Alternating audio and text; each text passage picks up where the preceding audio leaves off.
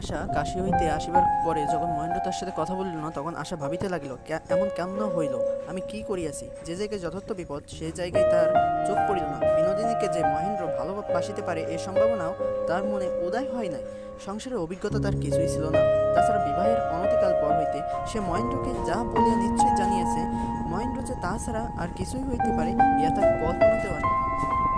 মহেন্দ্র আজ সকাল সকাল কলেজে গেল। কলেজ যাত্রাকালে আশা বরাবর জানালার কাছে আসিয়া দাঁড়াইত এবং মহেন্দ্র গাড়ি হইতে একবার মুখ তুলিয়া দেখিত। ইহা তাহাদের চিরকালীন নিত্য অভ্যাস ছিল। সেই অভ্যাস অনুসারে গাড়ির শব্দ শুনতে মাত্র যন্ত্রচালিতের মতো আশা জানালার কাছে আসিয়া উপস্থিত হইল। মহেন্দ্র অভ্যাসের খাতিরে একবার চকিতের মতো উপরে চোখ তুলিল, দেখিল আশা দাঁড়ায় আছে। তখন আর তার স্নান হয় নাই। মলিন বস্ত্র, অসঞ্চত কেশ, সূক্ষ্ম মুখ দেখিয়া নিমিষের মধ্যে মহেন্দ্র চোখ নামায়া কোলের বই দেখিতে লাগিল। কোথায় চোখে চোখে সেই নীরব সম্ভাষণ, সেই আশাপূর্ণ হাসি। গাড়ি চলিয়া গেলে আশা সেখানে মাটির উপর বসে পড়িল। পৃথিবীর সমস্ত সংসার বিষাদ